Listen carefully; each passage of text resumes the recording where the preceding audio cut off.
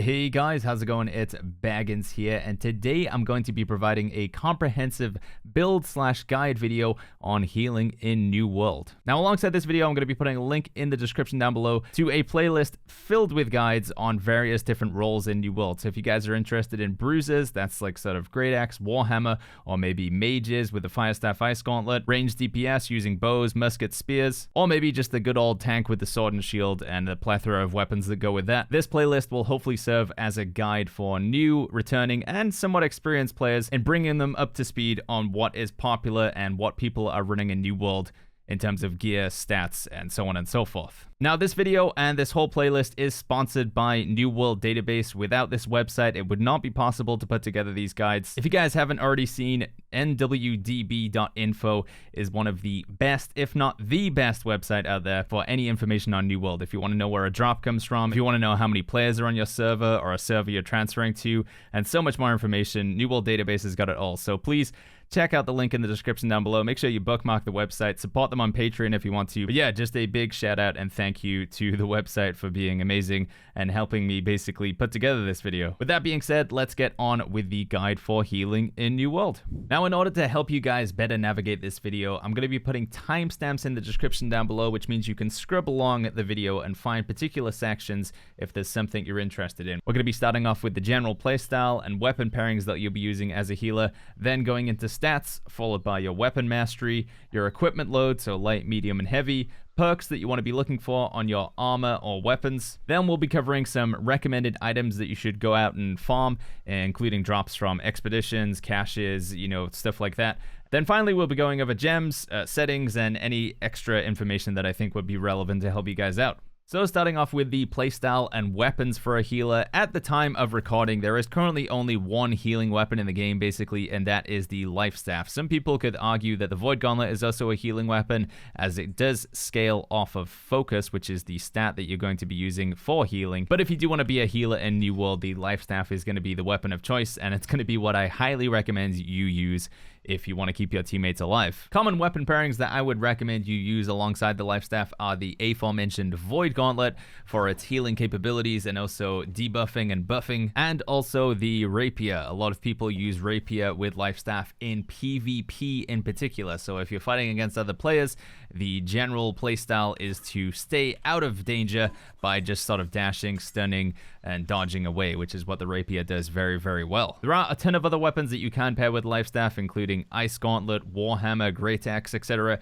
But for the basis of this video and to keep things not too complicated, Void Gauntlet and Rapier are what we're going to be focusing on. Now, moving on to stats for a healer, my general recommendation, the sort of one-size-fits-all, is 300 focus, 200 constitution. I've ended up with 310 focus, 200 constitution, because I have all of my armor at 625, but the extra 10 points isn't really needed. It's just nice to have those there. With 300 or more points into focus, your healing is going to be very strong and give you access to all of the sort of little pips that you get along the way. Some very notable ones include the 20% healing output at 150 focus, and then the 30 mana on any self or group kill at 250 focus. At the time of recording, the 300 focus perk isn't particularly that amazing, but in the future, sort of towards the end of May, this is going to be getting buffed pretty considerably, giving you a lot more mana regen. But either way, 300 focus to make sure the heals are nice and big, and then 200 constitution would also be my recommended amount just to keep yourself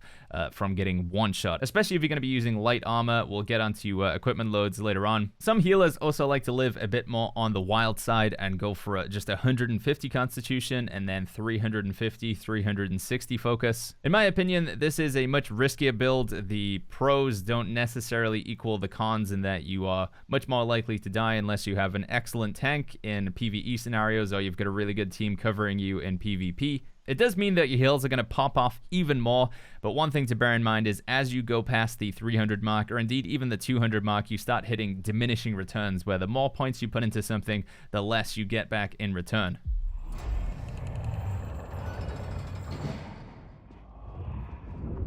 Now, in order to save myself a little bit of Azoth and also to showcase some of the cool features we have on New World Database, I'm going to be running you guys through the weapon mastery here on the website. So starting off with the Life Staff and your primary weapon, what abilities do you want to pick up? Well, in 99.9% of builds, you are going to be using Sacred Ground fully maxed out. So this is something that you've sort of set it and forget it. This is always going to be an ability that you use unless you're in some really weird scenario or Sacred Ground does unfortunately get nerfed in the future. One of the big reasons why we always use Sacred Ground is this final buff here called Anointed. When yourself or a friendly is standing in Sacred Ground, they receive 50% more healing from everything, including potions they drink themselves and also your own abilities. Some other staples that I pretty much always recommend you take are Bend Light and then also Protector's Strength down here. The Protector's Touch isn't always needed. You are going to have to get down to here somehow by putting points into either Beacon or Orb of Protection, but in some way or another, you want to make sure that you always have Bend Light and Protector's Strength in your build, as these again are another buffs to increase your outgoing healing and make sure that you keep people alive. Going back over to the left side of the tree, passives that you pretty much always want to take again over here include Blissful Touch. This makes your light attacks heal people for actually a pretty respectable amount. And then we have Desperate Speed for some pretty noticeable cooldown reduction, and Revitalize again for more cooldown reduction. So these abilities and passives here, with the exception of Protector's Touch, are going to make the basis for every life staff build you do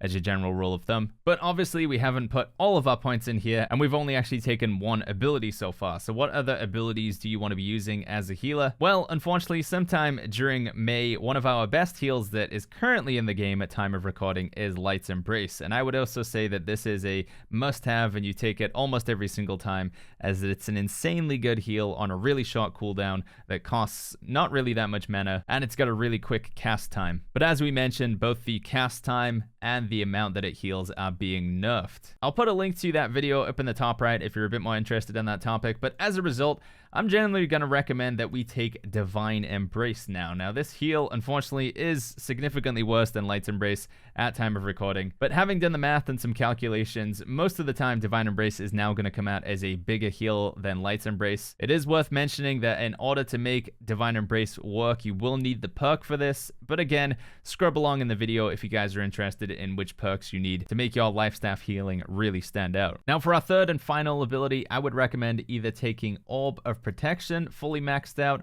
or taking Beacon and going down just to Radiance Blessing, taking Beacon and just stopping shy of the bottom perk here, so picking up Radiance Blessing and Infuse Light. Speed of Light can be useful in some PvP scenarios, but in expeditions, invasions, and quite a lot of other content, Speed of Light doesn't really do too much for your team. For our remaining 2 points that we have here, the choices, in my opinion, are either to take Intensify and Divine Blessing, or to take Sacred Protection and Divine Blessing. Because Intensify gives us a 30% increase to healing if we land 3 heavy attacks, I would generally recommend that you guys take this one. Also, Sacred Protection can be a bit funky. From what I've heard, this generates a lot of threat for healers. I haven't really done enough testing myself, but if you have the choice between 30% more outgoing healing or just 5% more incoming healing, it seems like a no-brainer. One of the options that you could also look to here is to take away your Protector's Touch and instead go for Sacred Protection for a little bit more defensive play, or potentially even take off the Rebound and take Sacred Protection instead, as the likelihood that you get the triple bounce with the Divine Embrace is pretty, well, it's unlikely. Now, we didn't really cover it while we were choosing between the abilities, but Beacon and Orb are both excellent options. I often get asked, why should I take Orb? Why have you taken Orb? Or why should I take Beacon? Why have you taken Beacon? The honest answer is that both of them are good.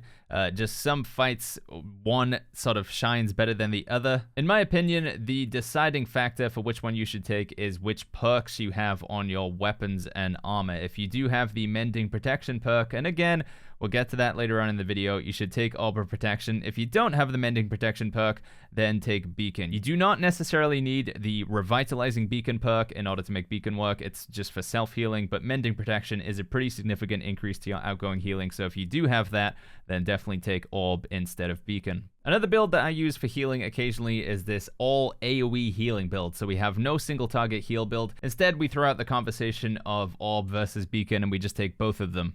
Now, one thing you might notice here is we're not able to take the Divine Blessing. That is because unless we sort of seriously gut some of our healing over here, so we take away that, and then we do that, and that could be a consideration for you. But because you've got so much like huge AoE healing here, generally I think you can get away with taking Generally, I think you can get away with avoiding the Divine Blessing and just having your skill tree look a little bit something like this. Last things to talk about here in the Life Staff skill tree are perks to pretty much always avoid, and that is Defensive Light. I think this is pretty meh. You just generally don't want to be blocking with the Life Staff. I feel like you've got so many other options. Just roll away, use your Rapier, stun them, root them to the ground with the Void Gauntlet, whatever you've got. Just you don't want to be blocking with the Life Staff. That's a pretty bad idea. Balance, I also think, is pretty mediocre most of the time. Connection and Magnify, I would generally recommend you don't take these. They just don't really seem to do too much currently. Enchanted Justice is also pretty bad. I do use this occasionally, but it is a really small heal on a 2-minute cooldown in a tiny area, so yeah, just pretty underwhelming. And then lastly, we have Spirits United. This used to be a buff that you would take a lot of the time if you were using Light's Embrace, as it is another buff that gives you currently 30% more healing, but on the PTR, it's only going to be 15% more healing, unfortunately. So yeah, generally wouldn't recommend taking the Spirits United post the May Arena update. Now moving over to the Void Gauntlet for healing, I think Orb of Decay is something that you should always take, as it provides a pretty significant amount of healing, especially if you take the Detonating Orb at the end.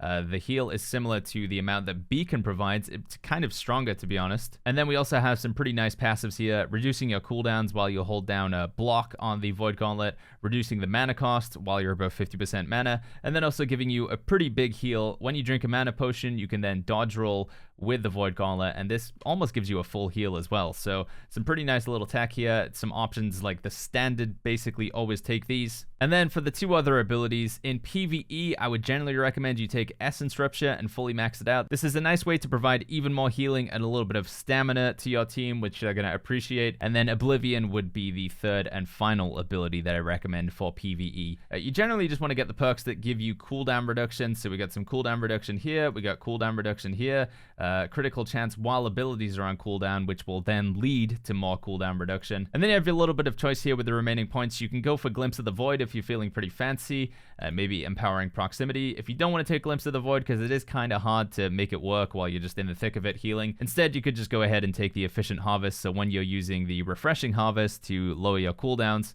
you're not chunking your health too massively. On the PvP side of things for the Void Gauntlet, it's going to look pretty similar. Just instead of Essence Rupture, we put 3 points into Scream. And then because we do have it unlocked, we may as well go ahead and take the Void Caller passive. It is pretty tricky to get this one to activate, as it requires 6 stacks, so unless you're firing Orb into a massive group of people, it's not going to pop off. But if it does, it is a pretty significant amount of healing on a fairly short cooldown. Lastly, for those of you feeling a bit spicier, you can also look to take the Void Blade here as well, and I would recommend getting rid of Scream, as Oblivion's just too good to give up. Orb is, like I say, a standard, so yeah, Scream or Essence Rupture, and instead swapping it over to Void Blade for a little bit more damage. It also means that you can get this Void Caller passive to activate much more frequently, as this is a reliable way to activate stacks. Lastly, we have the Rapier skill tree, and basically there's just one option for this in my opinion.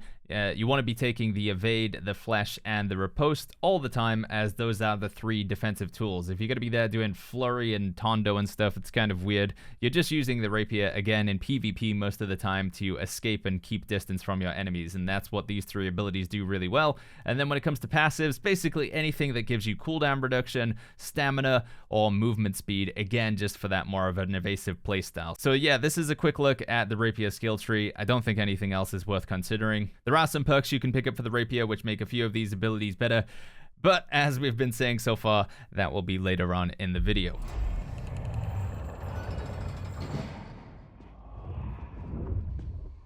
So now we're moving on to equipment loads and armor weight for healers in New World. In my opinion, you either want to be in light armor or medium armor. Light armor is going to be the go-to if you want maximum heals and you also want access to the dodge roll, which is a pretty nice little movement tool. And medium is going to be the go-to if you want a little bit more sort of defense, and also in particular if you're going to be running Void Gauntlet. As without the Rapier, we suddenly don't have really any escape anymore. You know, we've just got a bunch of tools here that sort of do things in one spot instead of sort of dashing and running away. Now, one thing that I really want to hammer home is when I say light and medium, it doesn't mean that you're wearing just light armor, and it doesn't mean that you're wearing just heavy armor. For example, in a medium equipment load, you actually want to be wearing 2 pieces of heavy gear, and that is to take advantage of the amount of physical and elemental damage reduction that you can get from the actual armor rating of the pieces. So you can see with this particular setup here, I have a light helmet, a heavy chest, medium gloves, heavy legs, and light boots. However, the standard and recommended pieces that I would say you should go for if you want to be in medium and just staying under heavy is a heavy helmet, heavy chest, medium gloves, light legs, and medium boots. This is going to give you the maximum sort of damage resistances to armor equipment weight ratio. When it comes to light armor, it's thankfully much more straightforward. You just want to be wearing a light helmet, light gloves, light legs, light boots, and just a medium chest. There are a few other combinations you can do here, but this is the most simple and straightforward one to go for. So to recap on armor weights, medium if you are going to be running Void Gauntlet Lifestaff and you want a little bit more sort of defense or survivability, and you can go for light armor if you just really want to do some huge, big healing. In order to stay in the light equipment load, you want to be wearing medium chest and everything else light, and if you want to be in the medium equip load, you want a heavy helmet, heavy chest, medium gloves, light legs, medium boots. And I'll put those in the description down below in case you're having a hard time, you know, to save you writing it down or anything like that.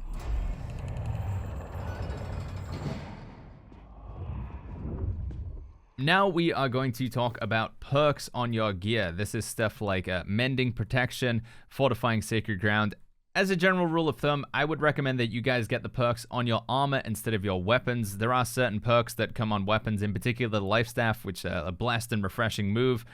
Those are only available on the weapons. You can't get that stuff on the armor. So there's just a lot more slots and available space that you can use on the 3 perks that you can get on your armor versus the very limited sort of 3 that you could get on your Life Staff. So starting with the first perk that I would recommend you always have, and that's because we're always using Sacred Ground as we mentioned earlier, that is Fortifying Sacred Ground. At 625 gear score, it says allies healed by Sacred Ground gain Fortify, which is basically damage reduction, increasing damage absorption by 9.7% for 5 seconds. Now this only happens when they're actually healed, so if they're just standing in it, it won't go off, but it's effectively going to reduce incoming damage for your tank and anybody else standing in Sacred Ground by about 10%, which is basically the same Fortify that Orb of Protection provides. So this effectively turns your Sacred Ground into Orb of Protection on top of all the other things that it does, you know, increasing healing by 50%.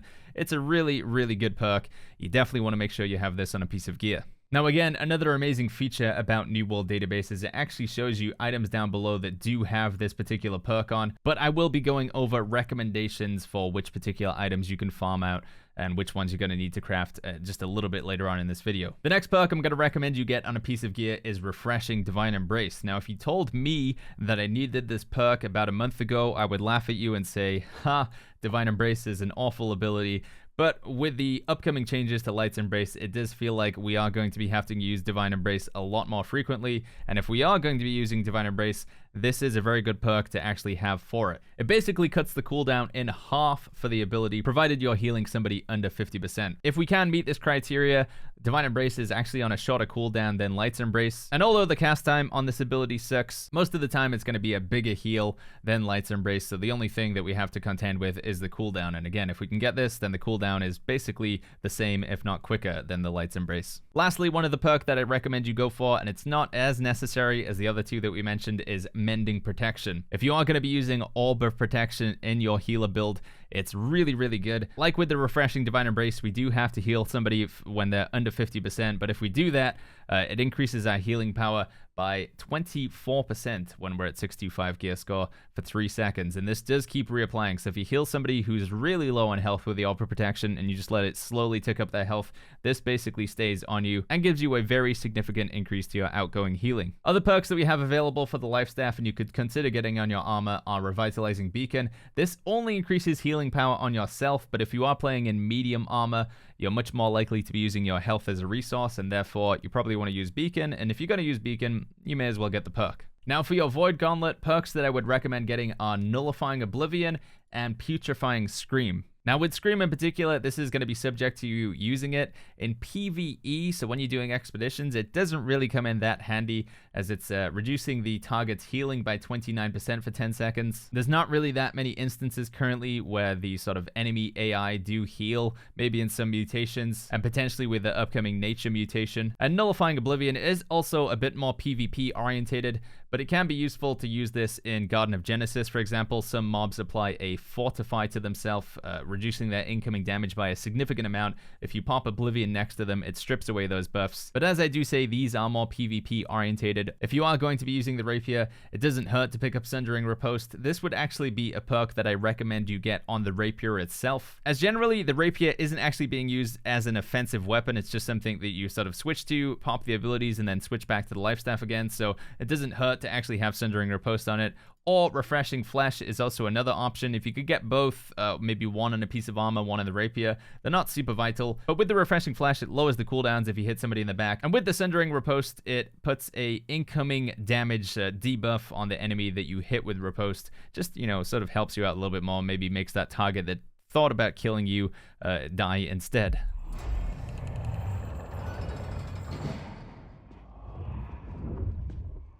Now, obviously, with your armor, provided it's at epic or legendary value, you are going to have more than one perk in it. So what are some other perks that you can look to get on your armor that will make you a better healer? Well, the first and most obvious perk is refreshing. This reduces your cooldowns by nearly 3% for every piece you have it on. The more cooldown reduction, the more often you can heal.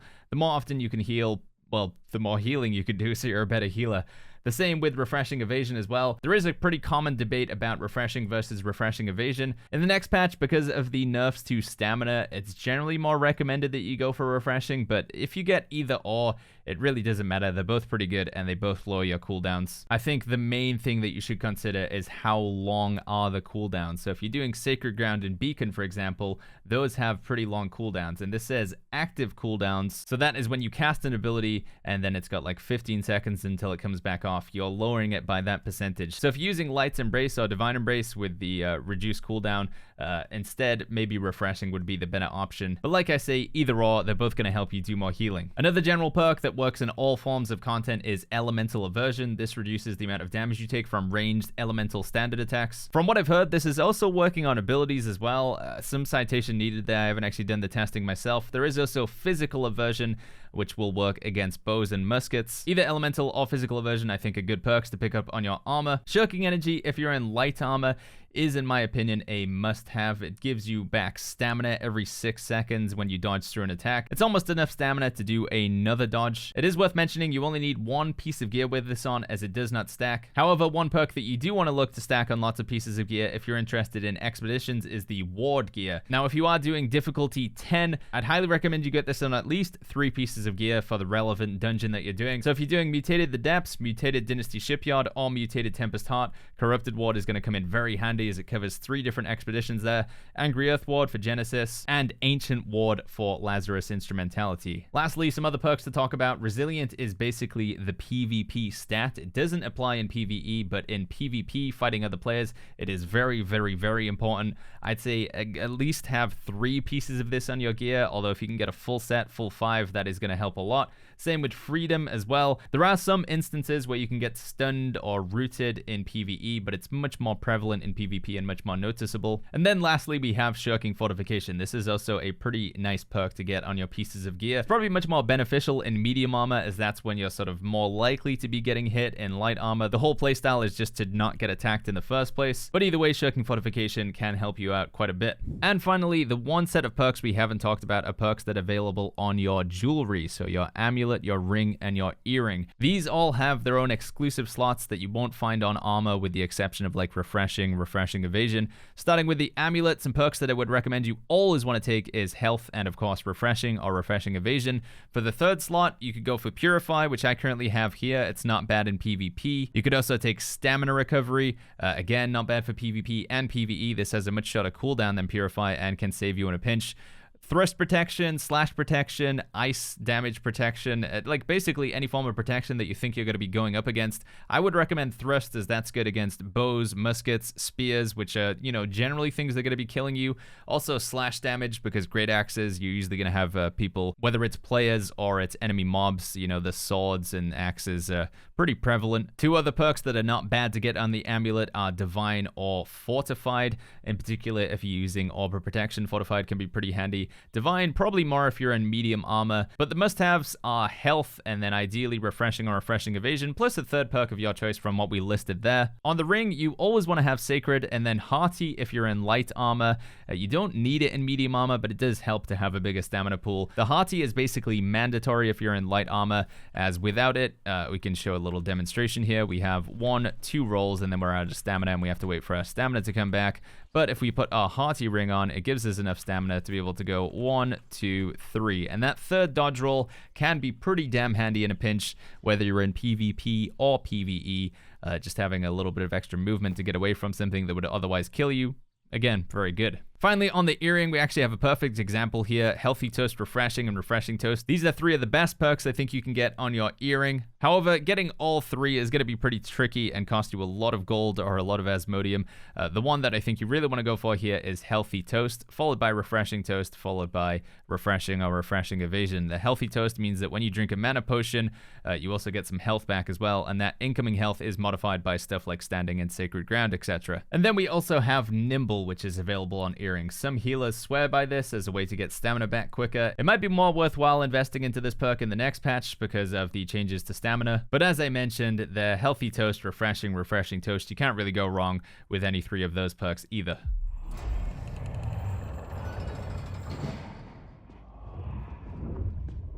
Okay, so that is all of the perks covered for what you want to be looking for if you're healing in New World. Now, where can we actually get them? They're probably the most exciting part of the video. Where do I actually farm the drops, and which ones do I need to craft, Baggins? Well, starting with the life staff, we have Will of the Ancients. This is pretty much the best life staff in the game, and it's readily available from the Lazarus Instrumentality. Now, I did pull all of these images from New World database. You can search any of those up into the database to find the item itself, and then you can search for where it comes from as a drop. So we can take a look at Will of the Ancients, for example. You can see it's dropped by any of these enemies in the Lazarus Instrumentality. So that's definitely one expedition you want to make sure you're spamming if you do want to get the best in slot life staff. Now, in order to save myself the RAM and having all of those different tabs open at the same time, I have collated this amazing Photoshop image here of some different drops that you want to be looking to get as well.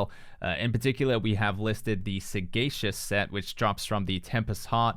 As you saw me do with the Will of the Ancients, you can just search these items up on New World database to see which enemy in particular they drop from. But as I mentioned, these come from the Tempest Heart, and they are very, very good to slot into any light armor healing build that you're doing. In particular, the Sagacious Pants, as they have Shirking Energy, Refreshing, and Mending Protection on them. Those 3 combinations of perks are basically best in slot. There's no Resilient on any of these pieces of gear, so if you're wanting to bring them into PvP, you are going to have to take a look at some of these pieces of gear instead. In particular, over here on the right, we have some amazing rewards coming from the PvP rewards track. This isn't currently in the game, but at the end of May, every time you do a PvP mission or you do an arena, you do an outpost rush, a war, you're going to get some PvP experience, and as you level up the track, you might get offered one of these pieces of gear, and if you see it, you pretty much take it, as it's got Resilient, Refreshing, and Shirking Heals, which is actually a pretty exciting perk we didn't talk about earlier because it's not currently in the game at time of recording. Another piece of gear we have on the screen here is the Conqueror's Helm over on the left. This also drops from Tempest Heart. It's got Resilient, Refreshing, and Vigor.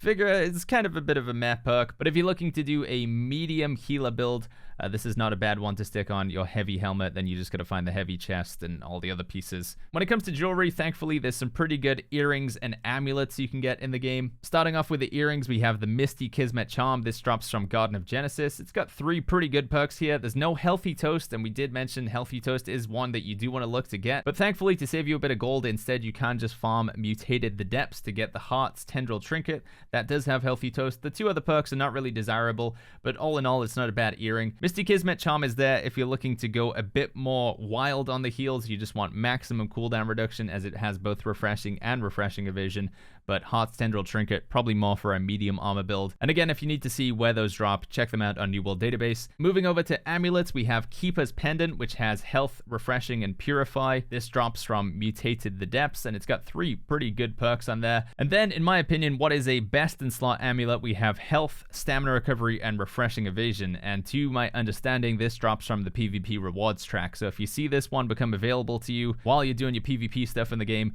make sure you take it. That is an insanely good amulet, and I'm hoping that I can get that one myself in the near future. For offhand and alternative weapon options, there's not really a whole lot of choice. Blessed is another perk that you would like to have on the Void Gauntlet, as it can increase the healing that you get from that Orb of Decay heal. Unfortunately, there's only one Void Gauntlet in the game right now that has both Blessed and Focus, or Focus and Constitution, or Blessed and Constitution. That is Dark Vengeance. Now, this is a random drop from like any chest or any enemy above level 60, so it's going to be pretty hard to farm out. But if you can get it, Blessed, Constitution, Focus, very, very good. Although, honestly, you can save yourself a lot of time just by crafting a blessed focus void gauntlet. The other perks don't really matter that much. Refreshing would be nice.